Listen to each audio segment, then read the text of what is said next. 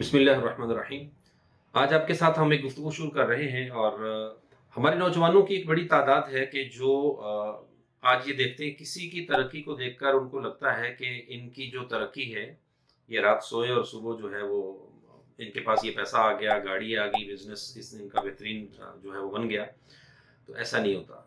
याद रखिए इसका एक इसकी बैक पे एक हिस्ट्री होती है। आप किसी भी कामयाब बिज़नेसमैन को देख लें, एक अच्छे एम्प्लॉयी को देख लें, किसी भी ऐसे शख्स को देखें, उसके साथ जुड़ी हुई उसकी एक मेहनत ज़रूर होती है। वो मेहनत किस तरीके से करता है, आप जितने भी आज इस पर रिसर्च करेंगे, स्टडी करेंगे तो आपको एक पता चलेगा। वो लोग अपनी लाइफ़ को अपने दोस्तों से, अपनी फैमिली से और स्पेशली अगर उन लोगों की बात करें कि जो गैर ज़रूरी लोग होते हैं, उनसे ये दूर कर लेते हैं और 2 महीने, 3 महीने, 4 महीने, 6 महीने, बसा औक़ात 1-1 साल, 2-2 साल तक एक वर्क करना पड़ता है और वो वर्क ऐसा होता है कि उसमें नींद सिर्फ़ पूरी करते हैं 6 से 8 घंटे बस।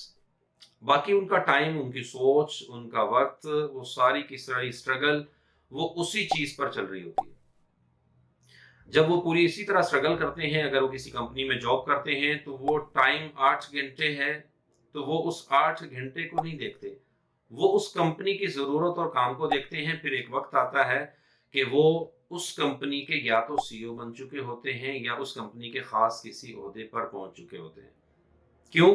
कंपनी देखती है कि ये एम्प्लॉयी इनके साथ किस लेवल तक मुख़लिस है, किस तरह ये स्ट्रगल कर रहा है।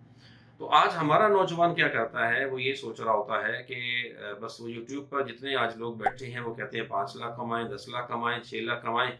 अब उस बातों को सुनकर हर दूसरा शख्स यूट्यूबर बनने की कोशिश करता है, हर दूसरा शख्स उठकर जो है वो उसी तरह उतनी बड़ी अमाउंट कमाने की कोशिश करता है और उसके लिए फिर वो बसा औक़ात शॉर्टकट के चक्कर में पड़ता है। तो याद रखिएगा, शॉर्टकट से कोई भी अमीर नहीं बनता।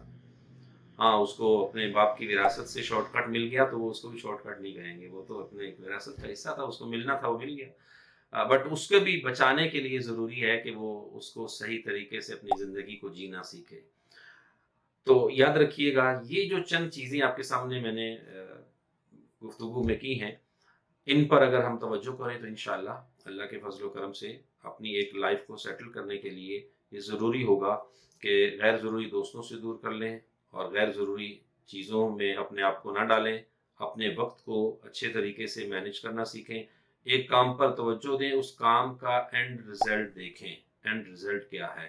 और जब तक वो काम एंड तक ना हो जाए, काम कंप्लीट ना हो जाए, आप उस काम को ना छोड़ें और फिर इस तरह आगे बढ़ते जाएँ। इंशाअल्लाह रब्बे कायनात जो है वो आपको तरक्कियाँ भी देगा, आगे बढ़ेंगे। बहुत शुक्रिया।